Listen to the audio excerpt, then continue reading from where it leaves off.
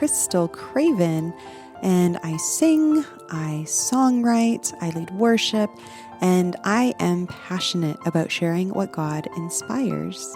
And this is your weekly devotional.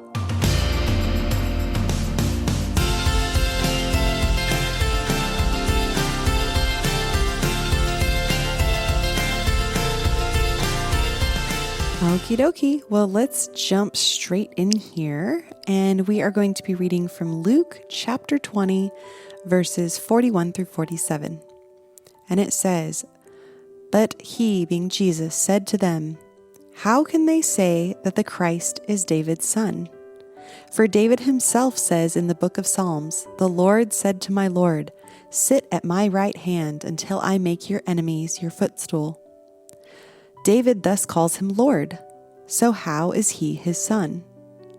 And in hearing of all the people, he said to his disciples, "Beware of the scribes, who like to walk around in long robes and love greetings in the marketplaces and the best seats in the synagogues and the places of honor at feasts, who devour widows' houses and for a pretense make long prayers. They will receive the greater condemnation." In this instance, Jesus challenged the religious leaders' understanding of the Messiah. These leaders had prided themselves on their knowledge of Scripture, yet they failed to grasp who Jesus truly was. They assumed that they had all the answers and that they knew the truth, but they failed to see truth standing right in front of them. And when Jesus spoke truth with authority, they hated him for it. And they were stirred with so much jealousy that they wanted to kill him. In the same way, we have to be really careful not to think that we have everything figured out or that we have arrived in some way, especially when it comes to God, because our pride will blind us to the truth. And Jesus had warned his disciples here about the scribes, and he exposed their desire for honor and status and recognition, and he even gave specific examples in their behavior. The scribes had used their positions and their titles for personal gain, and they were taking advantage of other people like widows, and they were just appearing righteous and likely even self-deceiving about how spiritual they really were. Now, the truth of the matter is that the scribes' focus was on being exalted in this life. But Jesus made it clear that those who live life that way would receive a greater condemnation.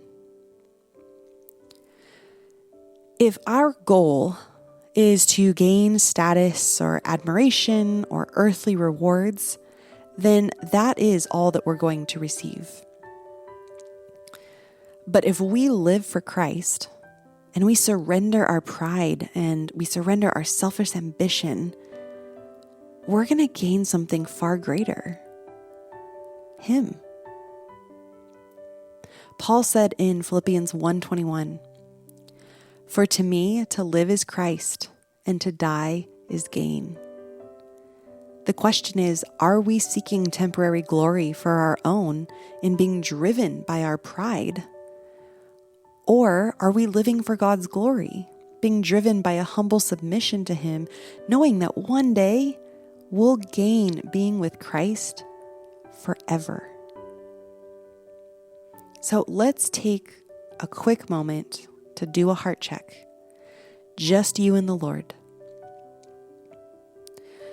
Do you seek recognition, acknowledgement, or thanks? Or do you serve in humility solely for the glory of God? And do you act spiritual for others to see, maybe putting on a persona of Christianity, being afraid that others might not see you as a mature Christian? Or do you truly hunger for God and obey His words to grow deeper and more mature in Him?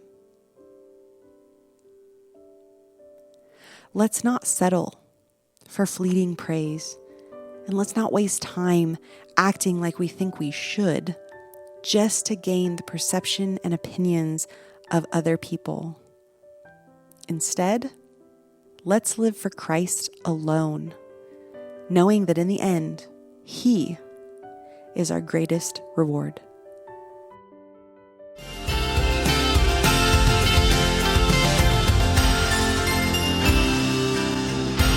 For blogs, written devotionals, and originally written songs, visit crystalcravenmusic.com, and that is Crystal with a K and Craven with a C.